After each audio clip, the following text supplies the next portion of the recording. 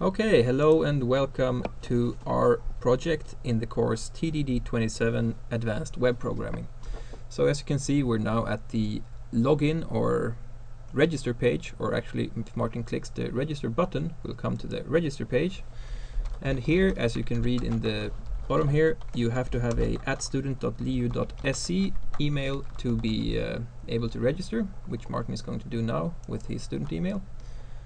And yes, registration was successful, so now Martin should be getting an email any second here to his student email, and there it comes. And this is the activation link that he can click and activate his account.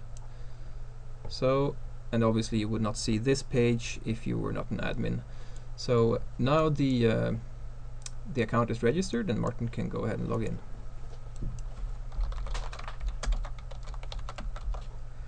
So now we have entered the main page.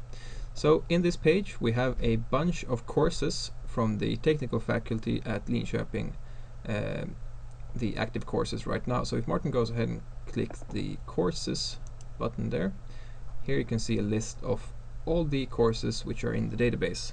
These have been scraped from LiU's web pages from a number of different sources to compile this collection of courses.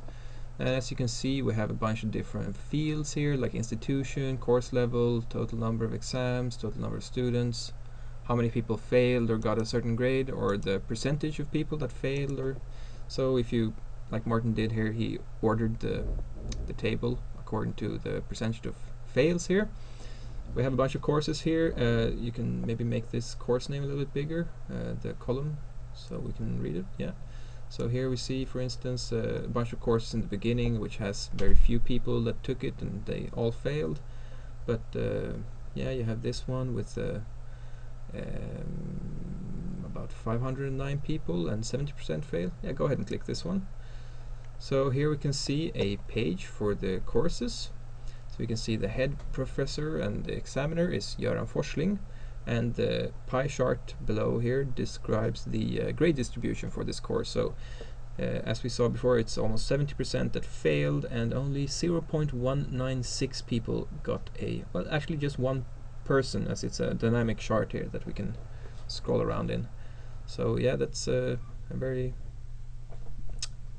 lonely guy with a 5 there. So if you go ahead and maybe click the link for Göran Forsling there, you go to this professor that has this course.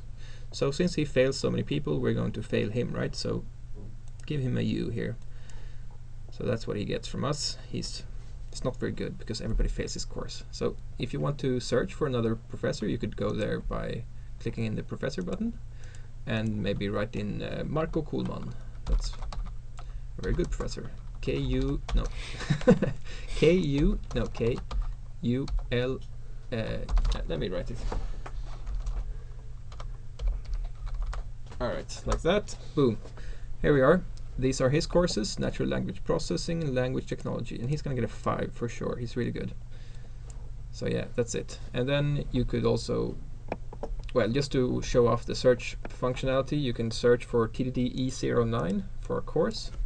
And then we're going to get to this natural language processing course. So here we are. Marco Kuhlman is the professor, as we saw. Here, a lot of people get a 3 apparently. Some people get a 5. Not that many people fail, which is quite nice. So let's say we write a comment for this thing, so to help and collaborate with other students from previous years. So Martin is going to say that he thinks this course is very nice. Alright. And here's going to attach some helpful piece of code, I guess. Alright, really good poster. So now this is posted, and Martin and anyone else could go ahead and vote for this post to say that it was either good or bad. So it was really bad. No, it's good. No, that's good. Okay, now it's bad. Well, you can only vote once, so that's it. Alright, and that's about it for the this project. So maybe go ahead and log out. There we go. Okay. So now we're going to show some code from our application that is built from Django and React and Redux. As you can see in the file tree, we have a lot of different folders, and each of the courses, posts, post votes, professor votes, and students is our different models that is represented in the database as well. So we can go and click on one of those, see the model. This represents a table in the database in the end. This is just how you present it in Django. So you have the code, the name, what level of difficulty it is, institution, number of exams so we can show that statistics on our site. We have our views that is corresponding for different requests, like course API view is a retrieve, so you can get an object based on if you send in the course code, you can get the whole object path. And same, you can get a list of all the courses and list of courses that a professor has by sending in the ID. Here we have the URLs that you have to type in to get to the corresponding view. Nothing strange here. And a very basic serializer that maps the data between Django models and the database.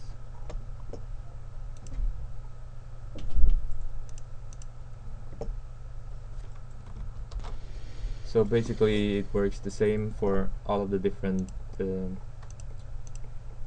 models, like the post and post votes and whatnot. For example, in the students there's a bit more functionality, since we want to register an account, so we have to handle that, and we want to activate the account, and we want to be able to log in. For example, in the register we send an email, and we do that here in our email client. It's just a simple Python function that logs into the email server and sends an email from there. So it's nothing fancy. It just takes the user email, the ID of the user in our database, and the randomized activation key. And this is the overloaded create function for a student. So it's register, more or less. So now we will describe a little bit how React is working. So first of all, we've been using Redux, and we create a store for this, and the reason is that we need a way to handle the different states of the different components. The general idea is that each component is able to fire an action, and this action will be passed then into a reducer, and the reducer will make the contact with the store to reload or provide with the necessary data each of the components. So let's see, we have a basic browser component which is actually handling the routing throughout the pages. And so for example, in courses page we create the component that presents all the courses, and there is this link on the course's name that fires an action, search course click, that takes as our argument the course code, and this can be found here, and it calls the API, and after he gets a response, dependingly on the data it receives, it will fire up another dispatch call, and for example, search course received, which is gonna be